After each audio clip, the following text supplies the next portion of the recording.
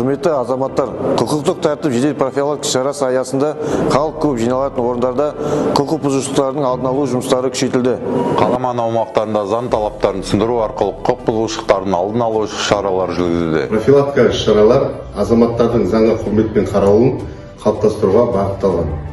Ауылдық жерлерде қоғам тәртіп сақтау бойынша тұрғындармен түсіндірме жұмыстар жүргізілуде. Болашақ бүгінден басталады. Сол себепті жастар арасында құқық бұзушылықты алдын алу үшін оқу орындарында профилактикалық шаралар ұйымдастырылды. Сауда орындарында құқық тәртіп сақтау үшін профилактикалық рейдтер мен түсіндіру жұмыстары жүргізіледі. Тағы бір бағыт жолдағы сақтық шаралары. Жол қозғалыс ережелерінің сақтауын қамтамасыз ету үшін профилактикалық патрульдерді күшейтіледі. Айта кету керек, іс-шара барысында есірткі қылмыстарының алдын алу бағытында жастар арасында түсіндірме және алдын алу шаралар жүргізілуде.